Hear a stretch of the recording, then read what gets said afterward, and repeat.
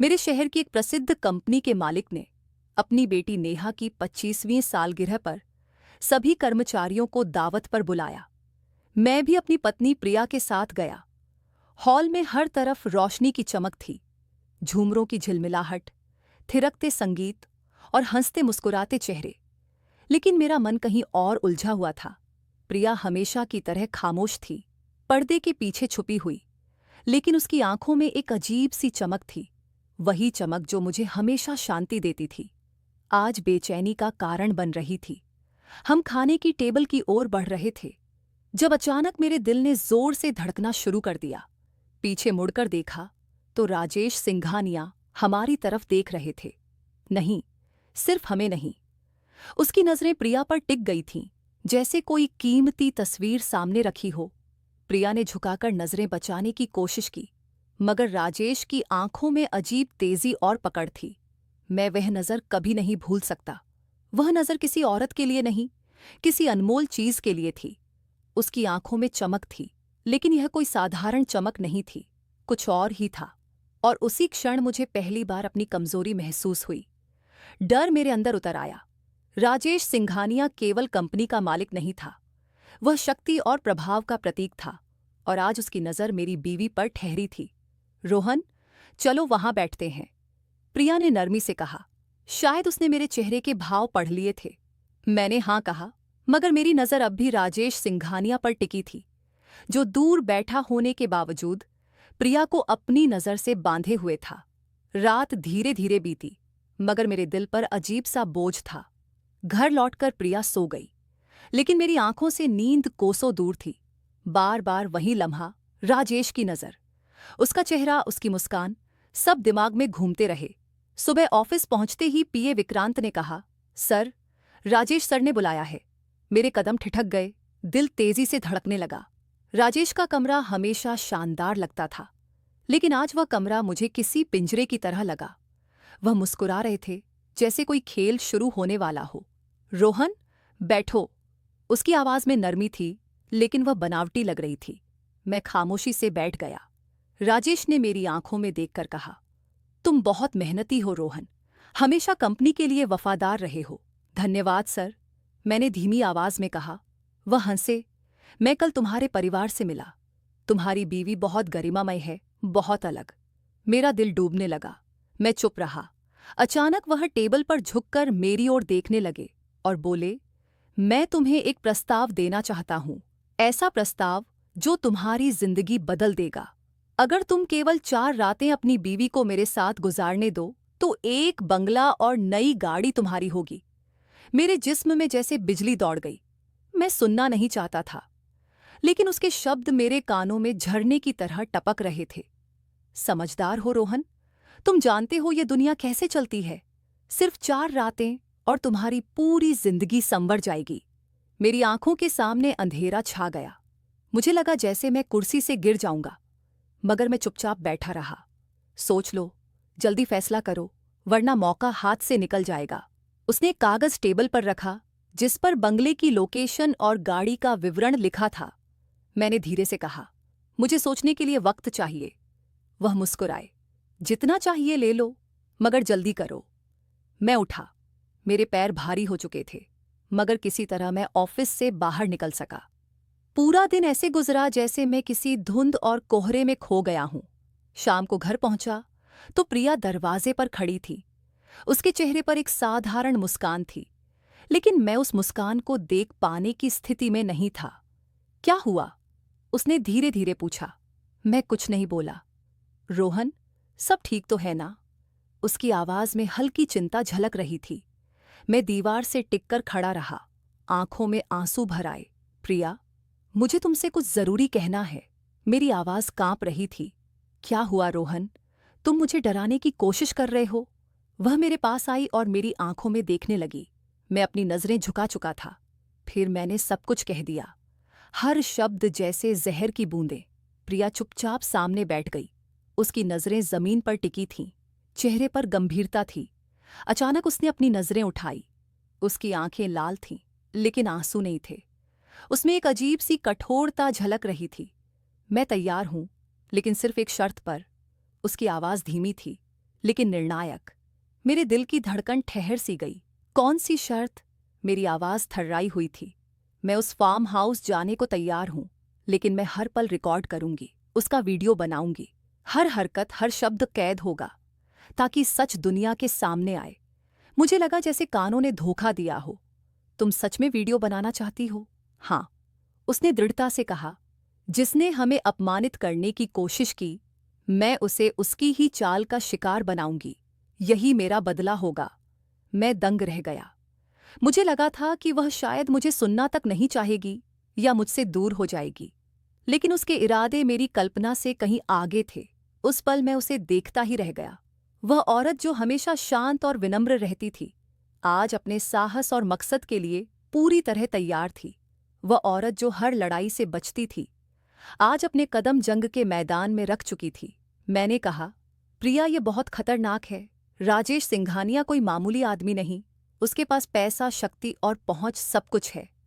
अगर उसने हमें नुकसान पहुंचाया तो हम पहले ही नुकसान में हैं। रोहन, वह हमें ब्लैकमेल कर चुका है। अगर हम चुप रहेंगे तो वह और आगे बढ़ जाएगा। किसी को तो सामना करना होगा, और वह मैं हूं। उस रात हमने मिलकर एक योजना बनाई। मैंने अपना पुराना कैमरा बाहर निकाला, जो हम पहले नेहा की सालगिरह की तस्वीरों के लिए इस्तेमाल कर चुके थे। प्रिया ने अपने चचेरे भाई अमित से संपर्क किया, जो मीडिया में जांच रिपोर्ट तैयार करता था। वह भरोसेमंद था और प्रिया के राज को सुरक्षित रख सकता था। अमित ने गंभीर आवाज में कहा, वीडियो तभी असरदार होगा जब उसकी हर हरकत, हर शब्द स्पष्ट रूप से सामने आए। हर पल रिकॉर्ड होना चाहिए, कोई भी मौका न छोड़ो। हमने बाजार से एक छोटा छुपाने योग्य कैमरा खरीदा। प्रिया ने उसे अपने दुपट्टे के किनारे में सिलवा दिया और बैकअप के लिए एक मोबाइल भी बैग में रख लिया। अमित ने सारी तकनीकी जांच पूरी की और गंभीरता से कहा, दिल मजबूत रखना। ये कदम या तो तुम्हें तबाह कर देगा या बहुतों को बचा लेगा। अगले दिन प्रिया ने ऑफिस में कुछ महिलाओं के पास जाकर बातचीत शुरू की, जिनके बारे में अफवाहें थीं। शुरुआत में सबने टाल मटोल किया, लेकिन फिर एक लड़की सोनिया धीरे से बोली, मैं राजेश सिंघानिया के रवैये से परेशान हूं। अगर तुम सच में कुछ करने जा रही हो तो मैं गवाह बनूंगी।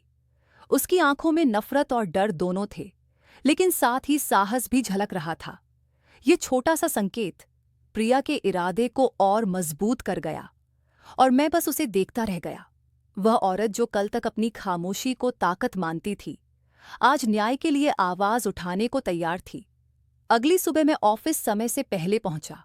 वहां का माहौल हमेशा की तरह प्रभावशाली था, लेकिन आज मुझे वह माहौल किसी चुनौती का हिस्सा सा लग रहा था। लेकिन आज मेरे कदम भारी लग रहे थे। पूरे शरीर में अजीब सी थरथराहट फैल चुकी थी। दरवाजे के बाहर खड़ा सोच रहा था कि क्या वाकई हम यह कदम उठाने वाले हैं। कल रात प्रिया की तैयारी पूरी हो चुकी थी। कैमरा और मोबाइल चेक किए जा चुके थे। उसके शब्द अभी भी कानों में गूंज रहे थे। अगर हम आज खड़े नहीं होंगे तो कल हमारी बेटी को भी यही झेलना पड़ेगा। मैंने दरवाजा खटखटाया। अंदर से आवाज आई, आओ। राजेश सिंघानिया सोफे पर बैठा था, चेहरे पर वही शांति जैसे शिकारी अपने शिकार के बिल्कुल पास हो। मैंने नमस्कार किया और चुपचाप कुर्सी पर बैठ गया। नजरें टेबल पर रखी थीं, लेकिन दिमाग में बस प्रिया की तैयारियों का ख्याल घूम रहा था। तो क्या तय किया तुमने? राजेश ने पूछा। मैंने सिर झुकाया और धीरे से कहा, हम तैयार हैं। कुछ पल खामोशी रही, फिर वह जोर से हंसा। मैं जानता था रोहन, तुम समझदार हो, बहुत ही सोच समझकर कदम उठाया है। वह उठा, दराज खोली और एक पैकेट मेरे हाथ में थमा दिया। या लो, फार्म हाउस का पता। आज रात 10 बजे सब कुछ तैयार होगा। तुम्हारी बीवी को कोई तकलीफ नहीं होगी। मैंने पैकेट उठाया, बिना खोले सिर हिलाया। दिल के अंदर कुछ टूट रहा था, लेकिन चेहरे पर मैंने नियंत्रण बनाए रखा। रोहन, तुम्हें अंदाजा नहीं कि तुम्हारी जिंदगी कैसे बदलने वाली है। एक बंगला, नई गाड़ी और वो सब कुछ जो तुमने कभी सोचा भी नहीं होगा। उसने कंधे पर हाथ रखा जैसे कोई मालिक अपने नौकर को भरोसा दिला रहा हो। मैं उठ खड़ा हुआ। धन्यवाद सर। और हाँ, उसने रुका। किसी से कुछ मत कहना, ये सिर्फ हमारे बीच रहे। जी सर। ऑफिस से निकलते ही मैंने प्रिया को मैसेज किया, काम हो गया। वह आज रात तैयार है। प्रिया का तुरंत जवाब आया, सब रिकॉर्डिंग के लिए सेट है, बैटरी भी पूरी चार्ज। मैं सीधे अपने दोस्त विकास के पास गया, जो इलेक्ट्रॉनिक स्टोर में काम करता था। चुपके से 2 वायरलेस ऑडियो रिकॉर्डर लिए, एक प्रिया के दुपट्टे में लगना था और दूसरा बैग में। विकास ने फिर से इस्तेमाल का तरीका समझाया, क्योंकि इस बार कोई गलती नहीं हो सकती थी। सब तैयार है? विकास ने पूछा। मैंने छोटा सा जवाब दिया, बस एक सच सबके सामने लाना है। शाम तक हमने प्लान को अंतिम रूप दिया। प्रिया ने हल्का हरा दुपट्टा पहना, जिसमें कैमरा छुपा हुआ था। हल्का मेकअप किया ताकि राजेश को कोई शक ना हो। बैग में मोबाइल रखा, जिस पर एक ऐप लाइव रिकॉर्डिंग कर रही थी, ऑडियो और वीडियो दोनों। मैंने उससे पूछा, तुम सच में तैयार हो? ये जोखिम भरा हो सकता है।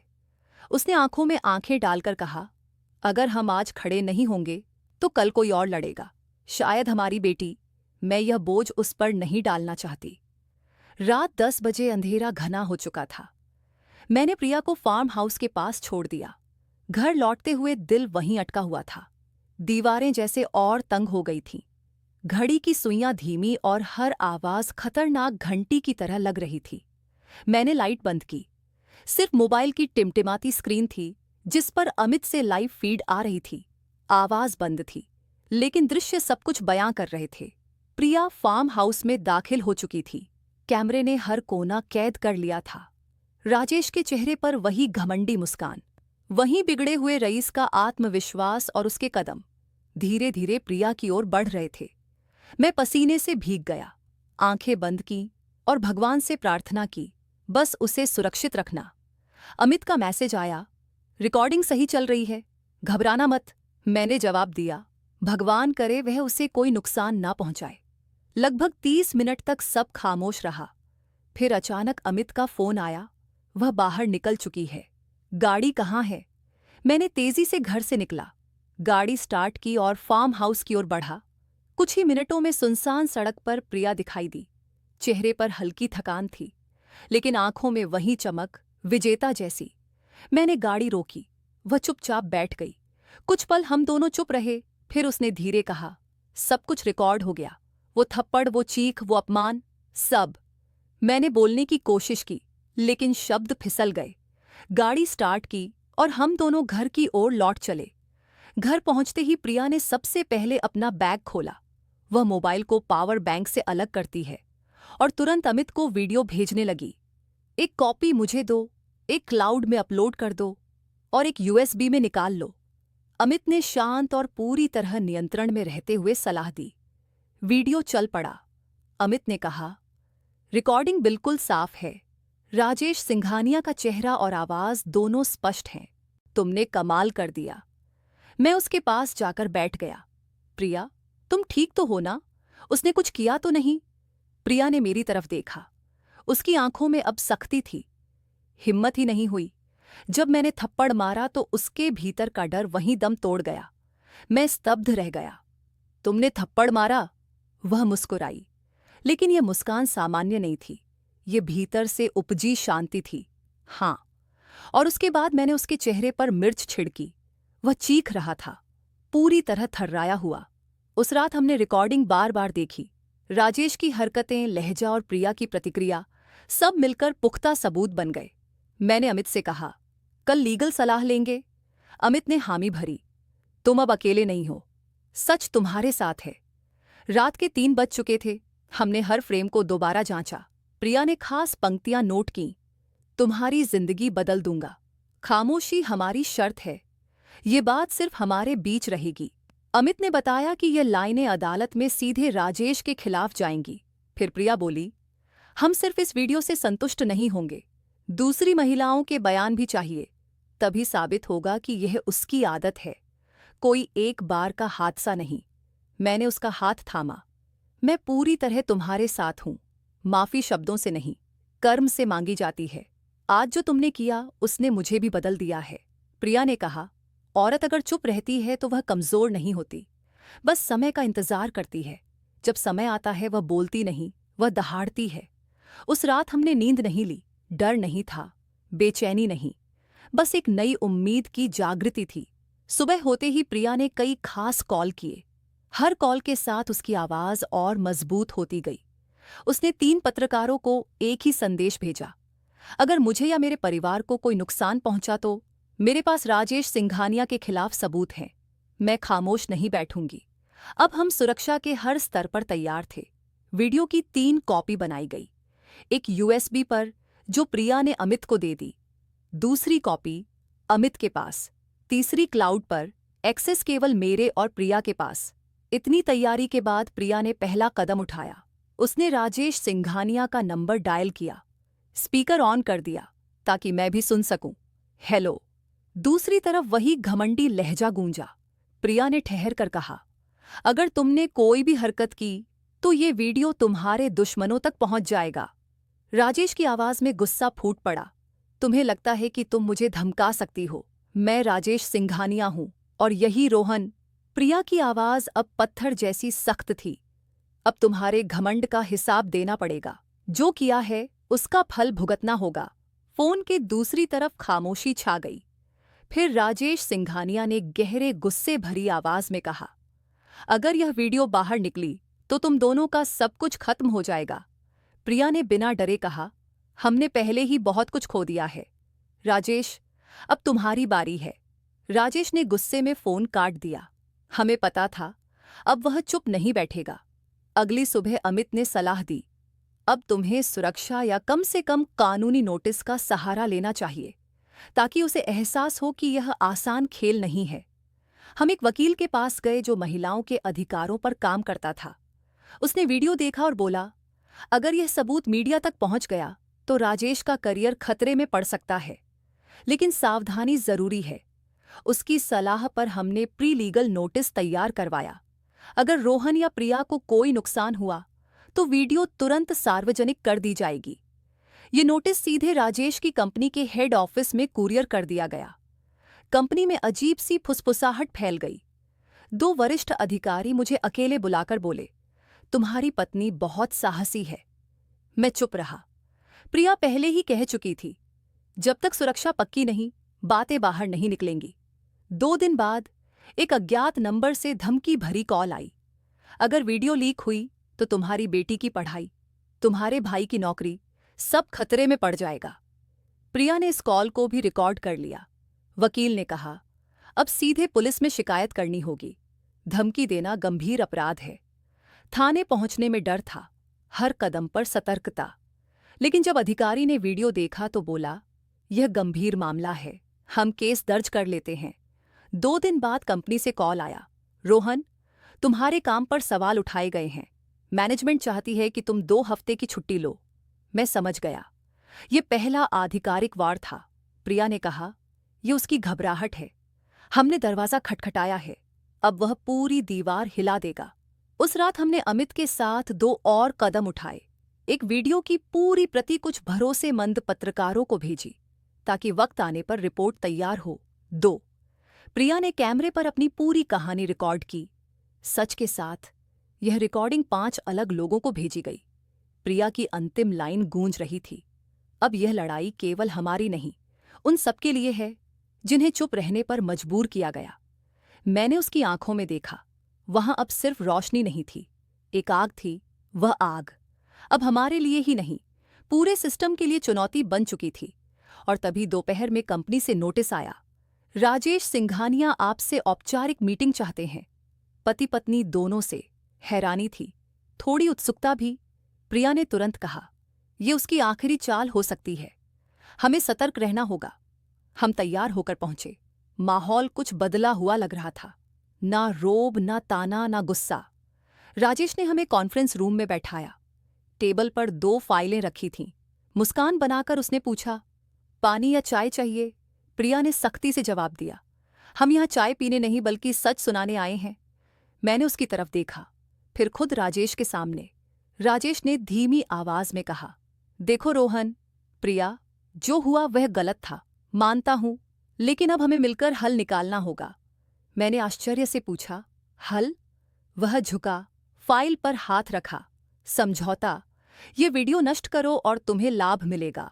रोहन, तुम कंपनी के उपनिदेशक बन जाओगे, फ्लैट गाड़ी और सालाना बोनस भी। प्रिया चुप रही, फिर बोली, तो तुम चाहते हो कि हम न्याय के लिए लड़ाई छोड़ दें और तुम्हारा जुल्म दबा रहे। राजेश ने मुस्कुराते हुए कहा, नहीं, ये एक नई शुरुआत हो सकती है। तुम लोग जीत चुके हो, मैं मान रहा हूं। मैंने रुककर सोचा, अपने अंदर के डर, परिवार की जिम्मेदारियां, रोजमर्रा की मुश्किलें, सब मेरे दिमाग में उभरी। लेकिन प्रिया का हाथ थामते ही हिचकिचाहट गायब हो गई। उसकी पकड़ ने मुझे हिम्मत दी। मैंने ठान लिया, हम अपने सिद्धांतों से समझौता नहीं करेंगे।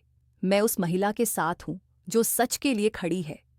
राजेश की मुस्कान धीरे धीरे फीकी पड़ने लगी। उसने फाइल बंद की और गंभीर लहजे में कहा, सोच लो, दुनिया तुम्हारे साथ नहीं खड़ी होगी। वीडियो जारी किया तो लोग 2 दिन शोर मचाएंगे, फिर भूल जाएंगे, लेकिन तुम्हारी जिंदगी हमेशा बदल जाएगी, शायद बर्बाद भी। प्रिया ने ठंडी आवाज में कहा, हमने फैसला पहले ही कर लिया था, अब बस कार्यवाही बाकी है। हमें डर की जरूरत नहीं। राजेश ने गुस्से में टेबल पर हाथ मारा, तुम दोनों अपने परिणामों के लिए जिम्मेदार होंगे। हम खामोशी से उठे और बाहर निकले। कंपनी की राह में कई निगाहें हमारे पीछे थीं, लेकिन इस बार हमें फर्क नहीं पड़ा। बाहर निकलते ही प्रिया ने कहा, उसने खुद मान लिया कि हार गया है। अब न्याय का दरवाजा खटखटाना बाकी है। अगले दिन हमने कानूनी कार्यवाही शुरू की। वीडियो को सबूत के रूप में सील कराया गया। सभी कॉल्स, संदेश और मुलाकातों के नोट्स भी केस में शामिल किए गए। हमने एफआईआर दर्ज कराई और प्रेस को एक छोटा सा बयान भेजा। हमारे पास ऐसे ठोस सबूत थे जिन्हें कोई नकार नहीं सकता था। पत्रकार अमित ने बताया कि एक न्यूज़ चैनल वीडियो प्रसारित करने के लिए तैयार है, लेकिन उनकी शर्त यह थी कि कानूनी प्रक्रिया पहले शुरू हो जाए ताकि मामला बैकअप में सुरक्षित रहे। प्रिया ने कहा, जैसे ही हमारी एफआईआर रजिस्टर होगी, वही दिन न्यूज़ चैनल पर हमारी जीत का दिन होगा। 5 दिन में कंपनी में हलचल मच गई। एचआर ने हमें 2 बार नोटिस भेजा। पहले में कहा गया कि हमारी गतिविधियां कंपनी की प्रतिष्ठा को नुकसान पहुंचा रही हैं। दूसरे में बताया गया कि जांच शुरू हो चुकी है। हमने सभी नोटिस वकील को सौंप दिए। उसने कहा, यह सब तुम्हें दबाव में लाने की कोशिश है, डरो मत, कदम पीछे मत हटाओ। उस रात चाय की चुस्कियों के बीच मैंने प्रिया से कहा, जब तुमने मेरा हाथ थामा था, शायद वह मेरी जिंदगी का सबसे कीमती पल था। तुमने मुझे खुद से बेहतर जाना और मैंने तुम्हारे भरोसे में अपनी सच्चाई पाई। प्रिया मुस्कुराई, जब दिल में सच हो तो सारी दुनिया झूठ लगती है, और तुम रोहन अब वह सच बोलने वाले बन चुके हो जो पहले केवल सुनते थे। हमें अब पता था, लड़ाई शुरू हो चुकी है, समझौता टूट चुका था। अब सिर्फ कानून और सच बाकी था जो सबके सामने आना था। राजेश की आखिरी कोशिशें नाकाम हो चुकी थीं। हमने तय किया, ना झुकेंगे ना बिकेंगे। अदालत में केस की शुरुआती सुनवाई से कुछ दिन पहले प्रिया ने एक नई मुहिम शुरू की। ये लड़ाई सिर्फ हमारी नहीं, उन सबकी है जो चुप हैं। फिर वह कंपनी की अन्य महिला कर्मचारियों से मिलने लगी। उसका तरीका ना आक्रामक था, ना भावुक। वह केवल सच्चाई की खामोश ताकत के साथ हर महिला तक पहुंचती। अगर तुम्हें कुछ सहना पड़ा है तो तुम अकेली नहीं हो। पहली मुलाकात उसने नेहा से की, जो कंपनी के फ्रंट डेस्क पर काम करती थी। कैंटीन में बैठकर प्रिया ने धीमी आवाज में पूछा, नेहा, कभी राजेश ने तुम्हें ऐसा महसूस कराया जो सामान्य से अलग हो? नेहा कुछ देर चुप रही, फिर आंसुओं भरी आंखों के साथ बोली, कई बार उसने इशारे किए, चाय के बहाने बुलाया, और जब मैं मना करती तो मेरा तबादला नाइट शिफ्ट में करवा देता था। प्रिया ने नेहा की बात ध्यान से सुनी और कहा, अगर तुम चाहो तो तुम्हारा बयान पूरी तरह गोपनीय रखा जाएगा, लेकिन अगर इसमें तुम्हारी आवाज शामिल हुई तो यह सिर्फ एक केस नहीं बल्कि एक मिसाल बनेगा। नेहा ने थोड़ी हिचकिचाहट के बाद हामी भरी और अगले दिन अमित के सामने अपना बयान रिकॉर्ड करवाया। इसके बाद प्रिया ने अकाउंट्स डिपार्टमेंट की एक वरिष्ठ महिला से बात की। शुरुआत में उसने साफ इनकार किया कि उसे कुछ याद नहीं, लेकिन जब प्रिया ने उसे बाकी गवाहियों और घटनाओं का संक्षिप्त विवरण दिया तो उसके चेहरे का रंग बदल गया। मुझे लगा शायद यह सब मेरे साथ ही हुआ और मैंने कभी इस बारे में बात नहीं की। उस दिन प्रमोशन के लिए गई थी। उसने कहा कि काम से ज्यादा मुस्कान अहम होती है। जैसे ही उसने यह कहा, उसकी आंखों में वर्षों का दबा हुआ दर्द छलक पड़ा। हमने उसका बयान भी रिकॉर्ड कर लिया। इसके बाद और महिलाओं के दरवाजे खुलने लगे। 3, फिर 5, फिर 7 और फिर 10 महिलाएं सामने आईं। हर एक की कहानी अलग थी, लेकिन किरदार वही राजेश सिंघानिया। किसी को उसके स्पर्श से परेशानी थी, किसी को नजरों से और किसी को धमकी से, जो प्रमोशन के बदले मिलती थी। मैं रोज ऑफिस जाता और प्रिया शाम को इन महिलाओं से मिलती। उसका अंदाज कभी पीड़ित जैसा नहीं था, बल्कि एक मजबूत लीडर की तरह, जो सामने वाले की बात सुनती, विश्वास जीतती और उन्हें हमारी टीम में जोड़ती। एक दिन प्रिया ने मुझे बताया, यह सभी खामोश गवाह हैं रोहन, इन्हें आवाज देना हमारी जिम्मेदारी है। राजेश के खिलाफ हमारा केस अब व्यक्तिगत नहीं रहा, ये एक सामूहिक गवाही बन रहा था। अमित ने भी हमारे कदमों की तेजी की तारीफ की। इतनी जल्दी 10 गवाह तैयार होना और वीडियो बयान देने को राजी होना कोई छोटा कारनामा नहीं था। हमने इन बयानों को कानूनी रूप से नोटराइज करवाया और केस फाइल में शामिल किया।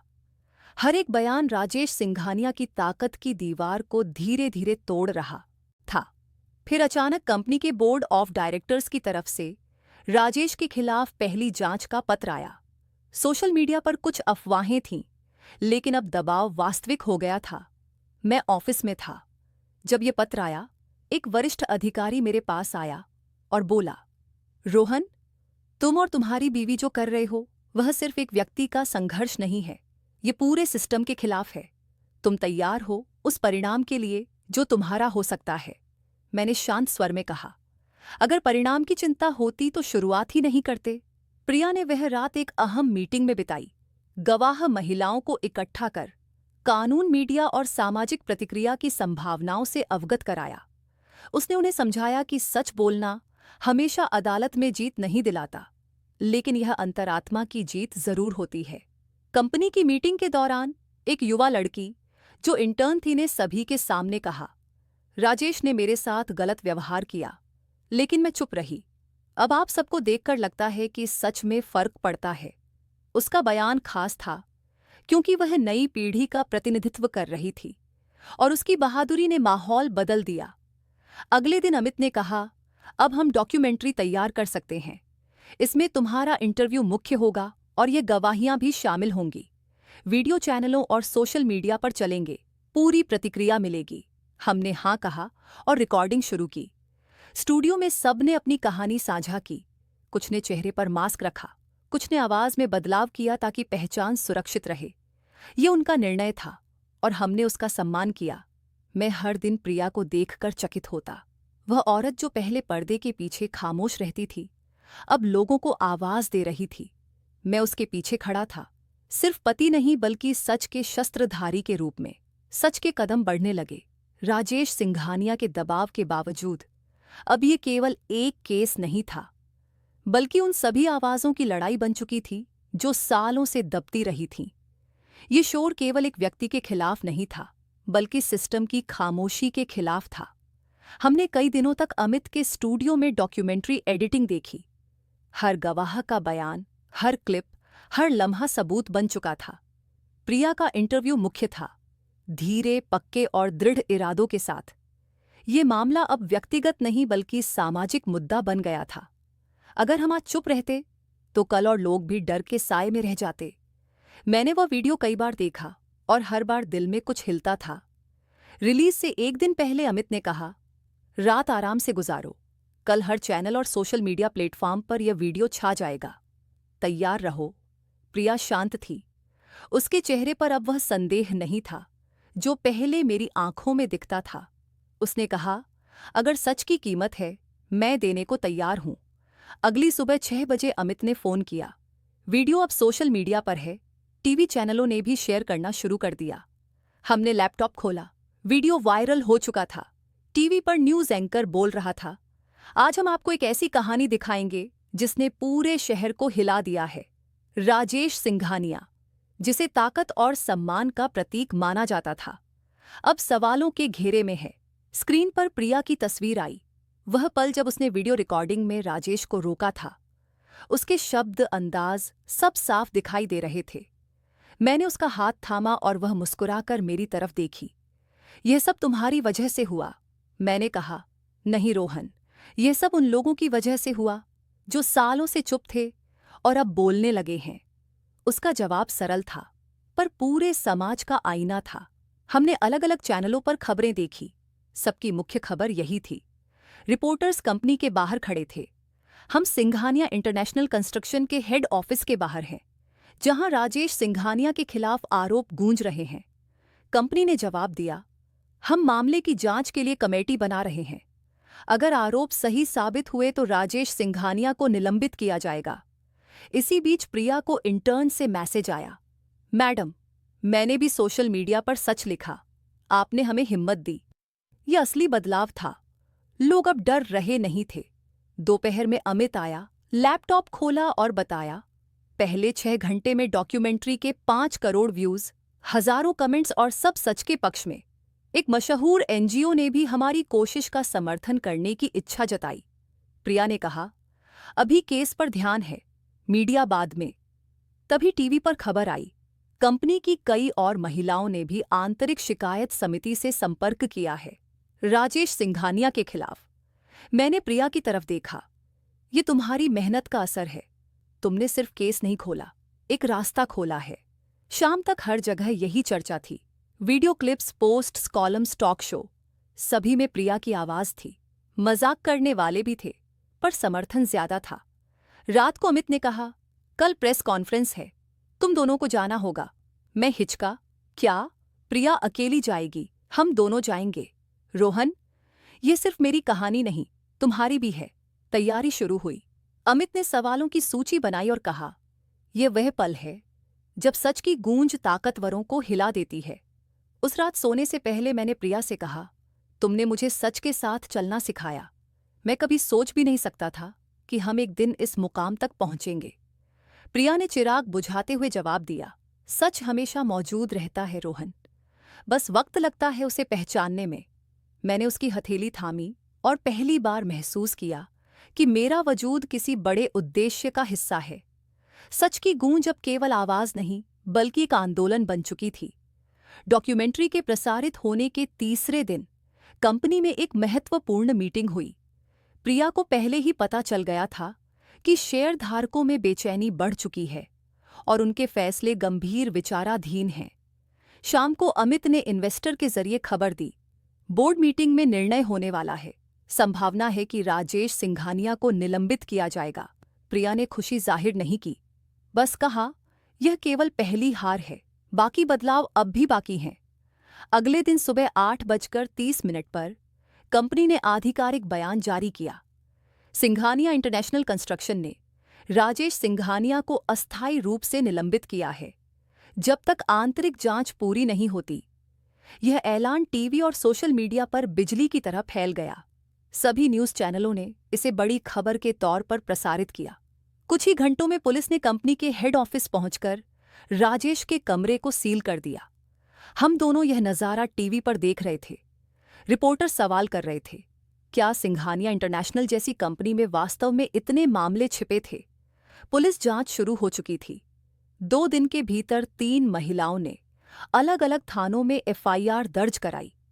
इनमें से एक नेहा थी, जिसने न केवल बयान दिया बल्कि नाम भी सार्वजनिक किया। आरोही ने गोपनीय रूप से बयान रिकॉर्ड कराया और बाकी 2 महिलाओं ने अदालत में पेश होकर साक्ष्य दिए। राजेश सिंघानिया, जो कल तक अपने कारनामों की कहानियां सुनाते थे, अब अदालत में चेहरा छिपाकर खड़े थे। रिपोर्टर पूछ रहे थे, क्या आप सच में निर्दोष हैं? क्या आपने महिलाओं को परेशान किया? वह चुप रहा। अदालत ने उसे 4 दिन के लिए पुलिस रिमांड पर भेज दिया।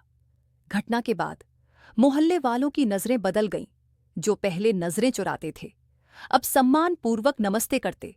चौकीदार ने दरवाजा खोलते हुए कहा, मैडम जी, आप जैसी बहादुर महिला आज तक नहीं देखी। प्रिया ने केवल मुस्कुराया। ऑफिस में मेरे सहकर्मियों ने सराहा, हमें अंदाजा नहीं था कि तुम दोनों इतना बड़ा कदम उठाओगे। मैंने सिर हिलाकर कहा, यह कदम हमने नहीं उठाया, सच ने उठवाया। प्रिया घर आकर सारे पत्र और रिपोर्ट व्यवस्थित करने लगी, जिन्हें हम अदालत में पेश करने वाले थे। उसने एक फाइल अलग रखी, पतन के बाद, जिसमें जनता के पत्र, प्रशंसा और आभार शामिल थे। एक बुजुर्ग महिला ने लिखा, बेटा, मैं कई सालों से अपने पति के जुल्म को छुपाती रही। तुमने साबित किया कि इस खामोशी में भी ताकत है।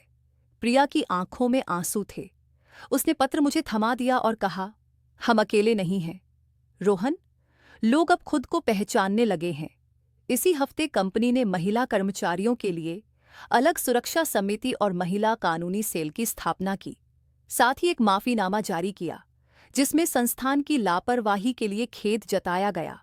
प्रिया ने कहा, अगर यह शब्द हकीकत बन जाए तो भविष्य में किसी को प्रिया जैसा संघर्ष नहीं करना पड़ेगा।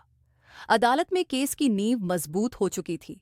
राजेश का वकील केवल देरी के बहाने बना रहा था। मीडिया नई सनसनी की तलाश में थी, लेकिन सच की गूंज लोगों के दिमाग में कायम थी। इस बीच प्रिया ने एक स्थायी कदम उठाया। उसने एनजीओ आवाज की स्थापना की, एक ऐसा प्लेटफॉर्म जहां महिलाएं बिना डर और शर्मिंदगी के अपनी कहानियां साझा कर सकें। हमने विधिवत रूप से पंजीकरण कराया और पहला ऑफिस एक छोटे फ्लैट में खोला। मैंने कंपनी की नौकरी छोड़ दी और अब पूरा समय प्रिया के साथ इस सामाजिक मिशन को समर्पित कर दिया। वह रोज विभिन्न संस्थानों, वकीलों, सामाजिक कार्यकर्ताओं और पुराने छात्रों से संपर्क करती, जो इस संघर्ष से प्रेरित हुए थे। वह सब अब आवाज का हिस्सा बन गए थे। हमने एक मुफ्त हेल्पलाइन शुरू की और पहले ही हफ्ते में 30 से ज्यादा कॉल आईं। कुछ सलाह लेने के लिए, कुछ गवाही देने के लिए और कुछ सिर्फ सुनने के लिए। एक दिन जब हम ऑफिस के छोटे कॉन्फ्रेंस रूम में बैठे थे, एक युवा लड़की आई। उसने दुपट्टा कसकर बांधा हुआ था और चेहरा छिपाया हुआ था। प्रिया ने नरमी से कहा, बैठो बेटी। लड़की ने धीरे से कहा, मेरा नाम आरोही है, मेरे ऑफिस के मैनेजर ने। वह रुक गई, सांस फूल रही थी। प्रिया ने उसका हाथ थामते हुए कहा, घबराओ मत, हम तुम्हारे साथ हैं, बस जो कहना है कह दो। आरोही ने हिम्मत जुटाई और अपनी कहानी बतानी शुरू की। उसने बताया कि 8 महीने पहले नौकरी शुरू हुई थी। पहले सब सामान्य था, लेकिन धीरे धीरे इशारे, आलोचना और अकेले में बुलाने की कोशिशें बढ़ीं। जब उसने शिकायत की तो उसे दबा दिया गया और उसके खिलाफ खराब रिव्यू दर्ज कर दिया गया। प्रिया ने पूरी बात रिकॉर्ड की, उसे वकील से मिलवाया और कहा, तुम अब अकेली नहीं हो, हम तुम्हारी पहचान सुरक्षित रखेंगे। आरोही की आंखों में आंसू थे। उसने कहा, मैंने आपकी कहानी टीवी पर देखी थी। मेरी माँ ने कहा कि आप वही औरत हैं जिसने सबके लिए आवाज उठाई। आप सच में हीरो हैं। मैं दरवाजे पर खड़ा ये सब देख रहा था। मेरी आंखों में नमी थी, लेकिन मैंने चुपचाप दरवाजा बंद किया। इसके बाद हमने एक छोटा सेमिनार रखा जिसमें कॉलेज की छात्राएं, पत्रकार और सामाजिक कार्यकर्ता शामिल हुए। प्रिया स्टेज पर गई और बोली, यह संस्था केवल एक मुहिम नहीं बल्कि बदलाव की शुरुआत है। हम कानूनी मदद के साथ साथ भावनात्मक ताकत भी दे सकते हैं। सबसे बड़ा बदलाव वह होता है जो भीतर खामोशी में पैदा होता है, और सबसे बड़ी ताकत वह होती है जब कोई कहे, हम तुम्हारे साथ हैं। उस दिन के बाद आवाज एक मान्यता प्राप्त संगठन बन गया। अखबारों में इसका जिक्र होने लगा, लोग चंदा देने लगे और कई संस्थानों ने सहयोग की पेशकश की। प्रिया दिन रात काम करती, केस का अध्ययन, फॉलोअप और गवाहियों की तैयारी। मैं प्रशासनिक काम संभालता, रिकॉर्ड्स और नीतियों पर काम करता। एक दिन हम जल्दी घर लौटे। हमारी बेटी निशु होमवर्क कर रही थी। मैं सोफे पर बैठा और प्रिया किचन में चाय बना रही थी। निशु अचानक मेरे पास आई और पूछने लगी, पापा, मम्मी हीरो कैसे बनती है? टीवी पर लोग कहते हैं मम्मी बहुत बहादुर है। मैं हंसकर बोला, हीरो वो होता है जो दूसरों की मदद करे, सच बोले और कभी किसी से ना डरे। तुम्हारी मम्मी वैसी ही है।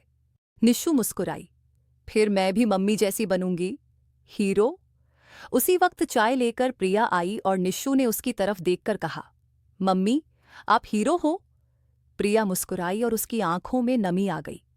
मैंने चाय का कप पकड़ते हुए कहा, हीरो वह होता है जो सिर्फ दुश्मनों से नहीं, खुद से भी लड़ता है और जीतता है। तुम्हारी मम्मी ने मुझे सिखाया कि हारने से पहले लड़ना जरूरी है। प्रिया ने मेरी तरफ देखा। हम दोनों चुपचाप बैठे रहे। बहुत कुछ कहा जा चुका था, बाकी सब खामोशी में छिपा हुआ था। उस रात जब हम छत पर बैठे थे, मैंने आसमान की ओर देखते हुए कहा, सच की लड़ाई शायद कभी खत्म नहीं होती, लेकिन जो उस रास्ते पर चलते हैं उन्हें अपने अंदर का इंसान मिल जाता है। प्रिया ने जवाब दिया, अगर सच्चाई दर्द से जुड़ी हो तो वह सिर्फ तर्क नहीं रह जाती, बल्कि क्रांति बन जाती है। अब हम केवल परिवार नहीं थे, बल्कि एक मिशन का हिस्सा बन चुके थे। प्रिया ने उस राह का चुनाव किया जहां कदमों के निशान बहुत कम थे, और मैं गर्व से कह सकता हूं, इस बार मैं उसके पीछे नहीं, उसके बराबर चल रहा था। शायद उसी वक्त मुझे एहसास हुआ कि सच्ची मोहब्बत सिर्फ साथ निभाने में नहीं, बल्कि किसी बड़े मकसद में एक दूसरे के साथ खड़े रहने में होती है। दोस्तों, उम्मीद है ये कहानी आपके दिल को छू गई होगी। अगर आपको यह कहानी अच्छी लगी हो तो इसे लाइक करना ना भूलें, अपने दोस्तों के साथ शेयर करें और नीचे कमेंट करके अपनी राय जरूर बताएं। ऐसी ही दिलचस्प और भावुक कहानियों के लिए हमारे चैनल को सब्सक्राइब करें। फिर मिलते हैं एक नई कहानी के साथ।